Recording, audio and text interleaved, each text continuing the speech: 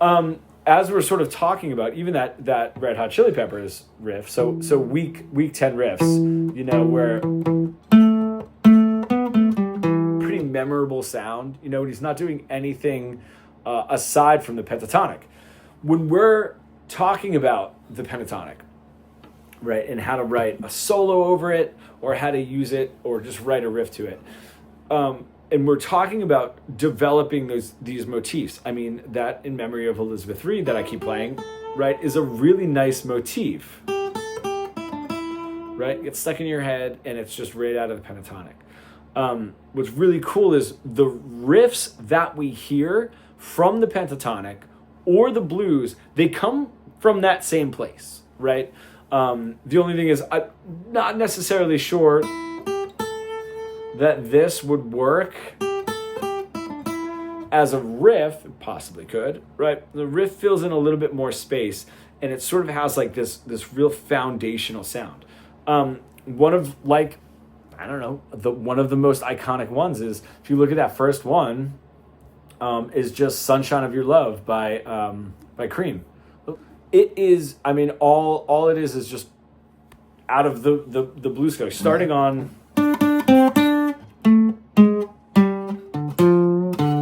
right, just right down that D blues scale, 5,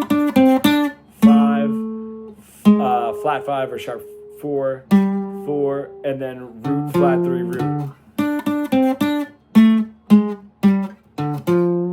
And then under it is he just does the same thing.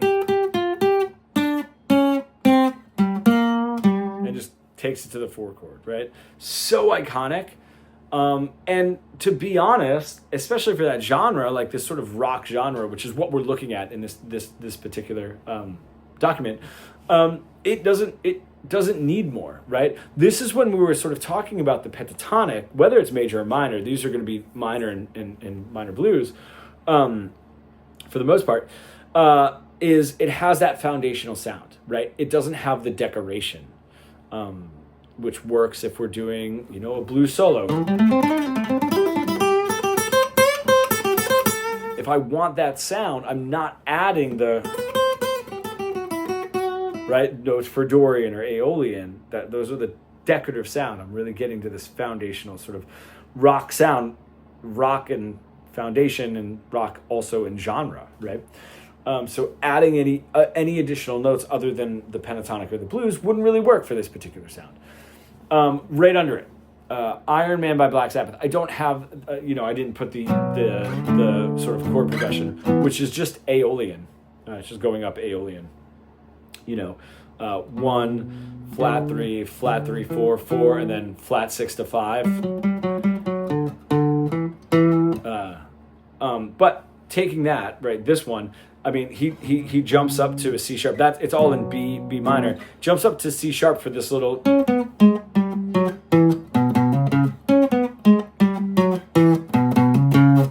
right down a C sharp blues scale, 11, 9, and then right down that blues goes to that flat 3 right down here, and then the flat 7 into the 1.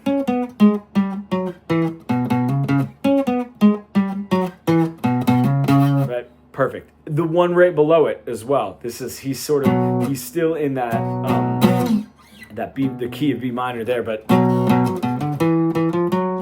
I really like this. It's up the blues scale, but also adds the walk up from the flat 7 into the root note, which happens a lot. You'll see that chromatic isn't always 4 sharp 4 5 for the blues. It can be flat 7 and sort of walking into the 1, or flat 7 natural 7 1, right? Breaks out of the key a little bit, like right there, but it's just because it's like a walk up into that root note.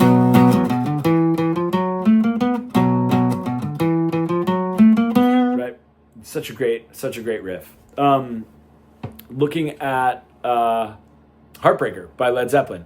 We have the same idea. This is just an A. This is an A blues, so this is open. And he starts on that 3rd fret of the top string, gives it a little bit of a bend. That's a flat 7 into the 1, flat 3, 4, sharp 4, 5 of the blues scale back to that flat 7. So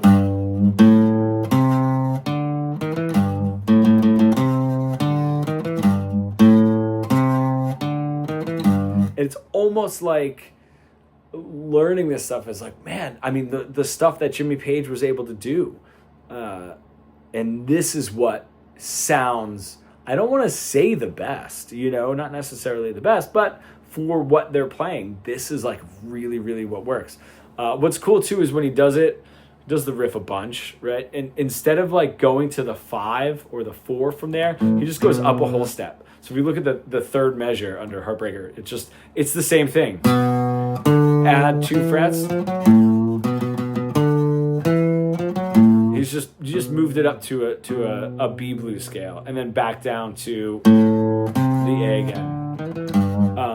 When he does it the last time, he sort of keeps walking up into the guitar solo. But again, this is like, if I want to create a really memorable riff, just like a motif, I don't want to get that. I don't want to get that crazy with it. Really, I don't want to sort of like muddy the water. Even Beat It by Michael Jackson, which the riff was written by Eddie Van Halen. Sort of like the same idea, right? Right, a nice little skip in there, right? So it's open. It's in E. I can't find a lot of Michael Jackson tab. And Rage Against the Machine too. Those tabs, somebody went in and took them all down. But this is an open. This is like an E minor, right? And that sort of 1 flat 3 5, and then flat 3 1. Right, it's really cool. A little bit of a skip, and then the 4 2. Right, just outlines it. The chords in that would be like an E minor to a D, so a 1. Right, if I was sort of in that, in like a pentatonic / Dorian or Mixolydian, but that just outlines that one chord: 1 flat 3 5, flat 3 1, and then for my flat 7 chord, right? 3 2 1. So another cool. That's got a little bit more to it, but still, we're not getting that tricky. Another one. Are You Gonna Go My Way by Lenny Kravitz. Now this is in E, so again, it's like in the open, right? But starting on that G string, so the 4. This is where it's a bend up, it down, and a pull off, almost in one motion. Right, and then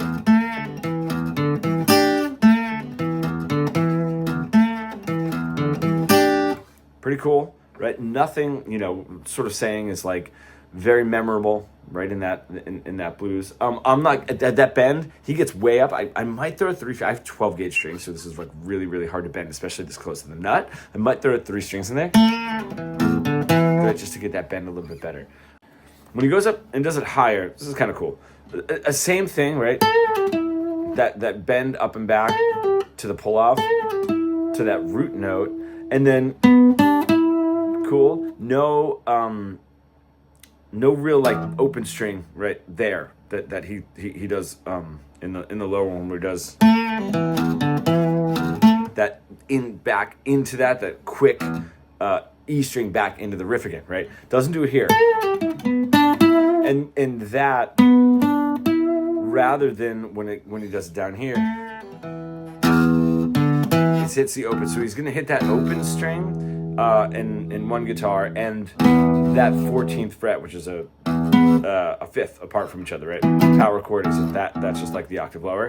So on that one note, those two happen at the same time, and then brings it back up to the root note. Now, in the other one, like we were saying, he does the open to go back into it. He doesn't do it here, so it's... That's all he's doing. There's no... Right, he lets the other guitar sort of do that. So he's not playing exactly the same thing an octave up, right? He's taking a couple of those notes out and doing, just for that one note, a little bit of a parallel 5th harmony. is where we start recognizing patterns and similarities, right? So Whole Lotta Love.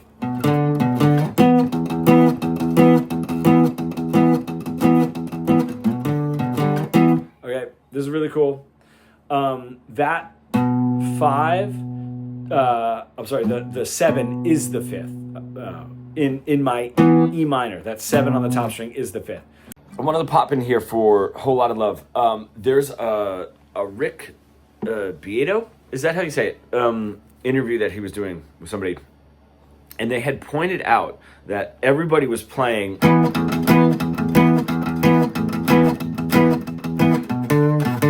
right, just like that's how you would normally play it, right? The 5 flat 7, 5 flat 7 into that one chord.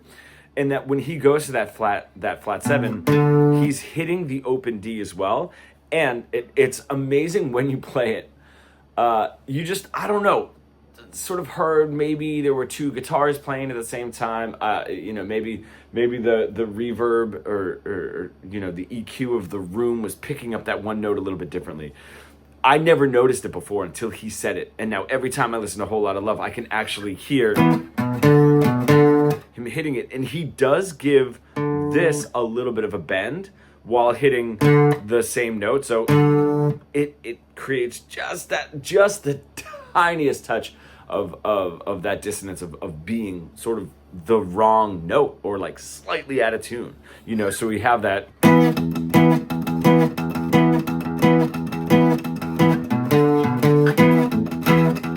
I can hear that now. And then something also when he's palm muting, he's not doing too much of a palm mute. You can listen to it and sort of gauge how much, because it sounds a little bit different, right? The level of palm muting. But it is 2 downstrokes. Everything is a down there, right?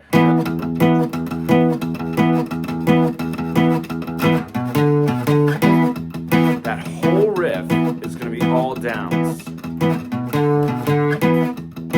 If I go to Midnight Rider, right? This is really cool. If you play a D, the first measure is something really cool that he does with his finger picking.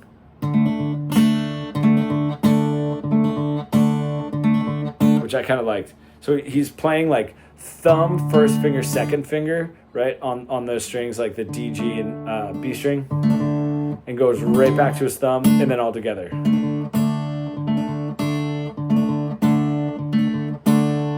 Just wanted to put that in there because that's like a really nice thing, and we haven't done a whole lot of finger picking. Now this little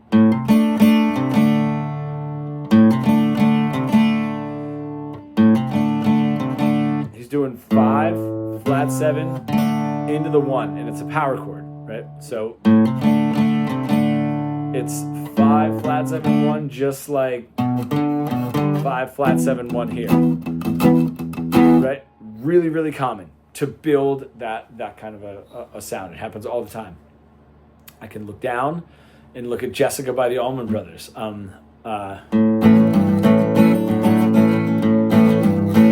That is the same thing. I've got my 1, my chord, right, and then my flat 7, that G note, that 3rd fret on the top string, back into the 1 chord, right, and then the fragmented D that we're working on.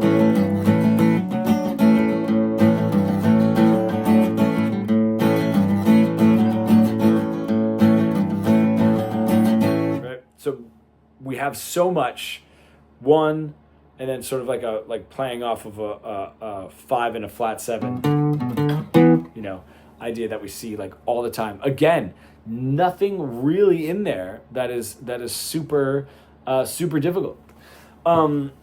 This I want to show you because you can add this next particular concept into your guitar solos, which we sort of touched on in 1 week. Now, Cold Shot by Stevie Ray Vaughan. I love this. Like,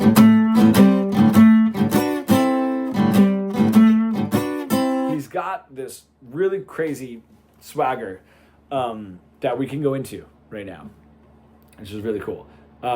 But this in particular, if we just take that away and we just look at the notes that he's playing, it's in A minor, right? And it's root, flat 7 root, right? Or if he's just kind of coming in, sometimes he just comes in with a flat 7 in the root, right? Right, he'll just come in with a flat 7. It depends what he's doing. Now this, right, is my 4-6-9 to my flat 3-5 root in my A minor, right? Sort of touches on what we were talking about before. This also goes back to when I was doing... want to get closer and more detailed for this one. This was a few lessons back, but hitting that root note, and then I'm doing this, a flat 7, 9, 5, right? So starting on the D string, a 5, 4, 5, and sliding it up and back down again, like very bluesy, right? That's flat 7, 9, 5, up to root 3rd, and then the 6, or what would be the 13, because we're very much in dominant there, right? So when Stevie goes to this one, right, it's like when it's with that, switches to the 4 chord. Now it's doing the same thing. I can take this D9, right? There's your D7, right? 5, 4, 5. And then if I can get my finger to kind of move down, you could use your pinky too, as a 5, 4, 5, 5. That's 1, 3, flat 7, 9. If I can get all 3 of those in there, so now it's 5, 4, 5, 5, 5. Right? That's still a 9 chord, right? But that's your flat 7, 9, 5. You're bringing up and down, just like you're doing here. It's the same thing, right? I'm just not doing it here, right? So if you listen, is same notes, okay? So he's sort of touching on this, like being on the 1, right? 1, flat 7, 1, and then sort of outlining that 4 chord, right? That idea of going to that 4 chord, so playing a back and forth with that 4 chord.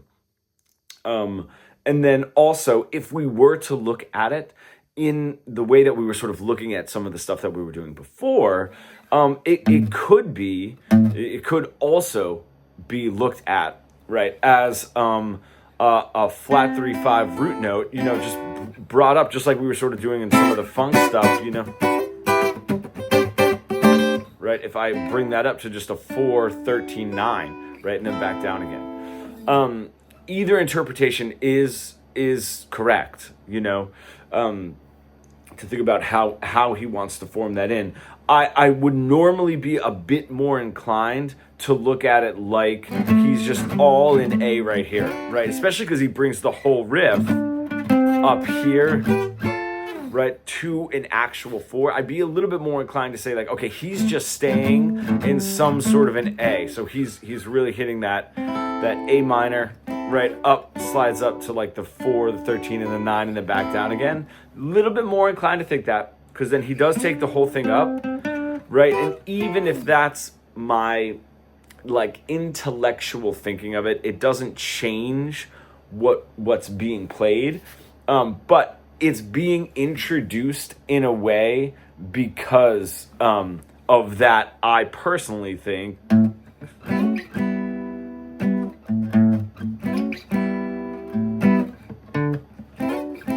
right,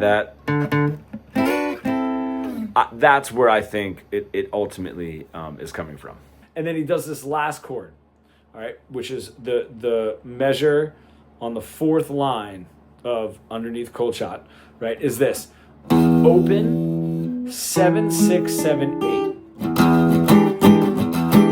And that's your Jimi Hendrix chord, if you've ever seen or heard that Jimi Hendrix chord. And that is a E7 sharp 9 chord. All right, they play it a lot. And what it sort of has in there is a major third, a 1, 3, flat 7, and a sharp 9, which is actually technically the same and harmonically as a minor third in there, right? So this throws the idea of major and minor over a dominant or blues in one chord, right? Which is why like people like Hendrix use it all the time, right? So now if I look at that, right, if I want to look at it in that sort of bluesy way, if I look over Sleep Now in the Fire by Rage Against the Machine,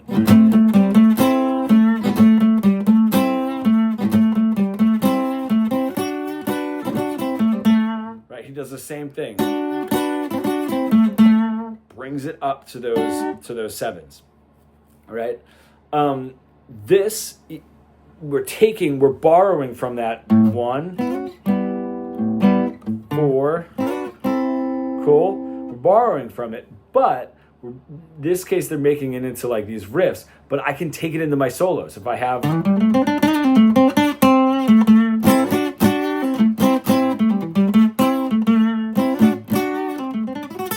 Right, I can still use it in my guitar solos. Breaking out of just the pentatonic, right? Where it has its roots from are not as important as just having it as an option, or, like having that if I, right, flat 7 and 5, my 5th fret of my G and my B string, right, 4 and 6, right, or just bring it up, sharp 4 and flat 7.